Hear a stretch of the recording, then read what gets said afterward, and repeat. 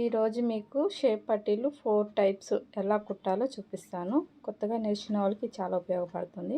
ఇది first type. ఇది చాలా ఈజీగా అర్థమవుతుంది. షేప్ పట్టీ పైన మనం మామూలుగా ఫ్రంట్ భాగం పెట్టేసి కుట్టేసుకొని దాన్ని తిప్పేసి దానిపైన మళ్ళీ స్టిచ్ అనేది వేసుకుంటే స్టిఫ్గా ఉంటుంది.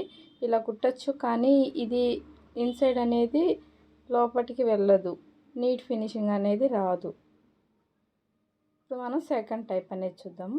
దీనికి వచ్చేసి 2 పీసెస్ సపరేట్గా ఉండాలి షేప్ పట్టీలకి.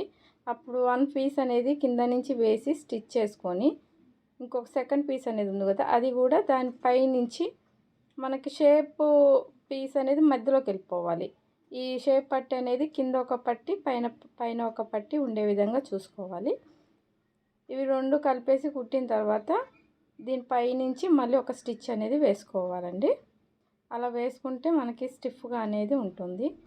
ఇది కొంచెం ఈజీగా అనిపిస్తుంది, ఈజీగా కూడా ఉంటుంది. ఇది బెటర్ ఆప్షన్ మనకు తెలిసి కూడా.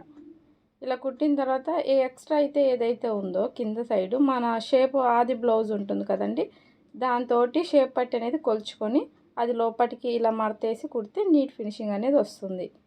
చాలా ఈజీగా కూడా అనిపిస్తుంది, కుట్టడానికి ఈజీగా కూడా ఉంటుంది. ఇది థర్డ్ వన్ అండి బాబు. ఇది కొంచెం కష్టంగా ఉంటుంది. దీన్ని రోలింగ్ లాగా చేయాలన్నమాట. చూడండి, ఇక్కడ చూపిస్తున్న విధంగా షేప్ భాగాన్ని మన షేప్ పట్టీకి కింద నుంచి తీసుకొని దాని మీద స్టిచ్ అనేది వేసుకోవాలి. ఇప్పుడు దాన్ని ఓపెన్ చేశాక దాన్ని మొత్తం రోలింగ్ లాగా మడత వేయాలి కొంచెంగా. ఇది కొంచెం అటు ఇటు అయినా కూడా మళ్ళీ ఆ క్లాత్ మీద స్టిచ్ అనేది పడుతుంది. మనకు ఆ ఫ్రంట్ క్లాత్ మీద స్టిచ్ అనేది పడకూడదు.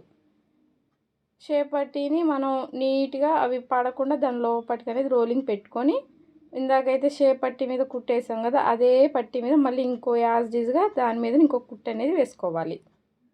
ఇప్పుడు చూడండి, దీని రోలింగ్ లాగా అయిపోయింది. దాన్ని మొత్తం బయటకు అనేది లాగితే పైన వైపు కూడా అసలు నీట్గా ఉంటుంది. పైన వైపు ఎవరైనా స్టిచ్ కూడా మాకు పై వైపు స్టిచ్ ఉండకూడదు, మాకు నీట్గా ఉండాలనే కస్టమర్స్కి ఇలా అనేది మనం కుట్టేయచ్చు. ఇది లోపల వైపు కానీ పై వైపు కానీ ఎక్కడ కూడా మనకి స్టిచ్ అనేది రాకుండా స్టిచ్ చేసుకోవచ్చు. ఇది ఇంకో టైప్ అండి. దీనికి మనము షేప్ పట్టీని కింద నుంచి జాయిన్ చేసుకోవాలి. షేప్ పీస్కి కింద నుంచి జాయిన్ చేసి దాన్ని అనేది మళ్ళీ మనం పైకి తిప్పేసుకొని పైన నుంచి కొద్దిగా సన్నగా మడతేసి దానిపైననే కుట్టేసుకుంటే సరిపోతుంది. ఇది కూడా ఈజీగానే ఉంటుంది. ఆల్మోస్ట్ కుడుతుంటే అన్నీ వస్తాయి ఈజీగానే. కాకపోతే ఇవి 4 రకాలైతే ఉన్నాయి. ఇలా ఈ 4 రకాల్లో మీకు ఏది నచ్చిందో కామెంట్ చేయండి. నచ్చితే లైక్ చేయండి. Thank you.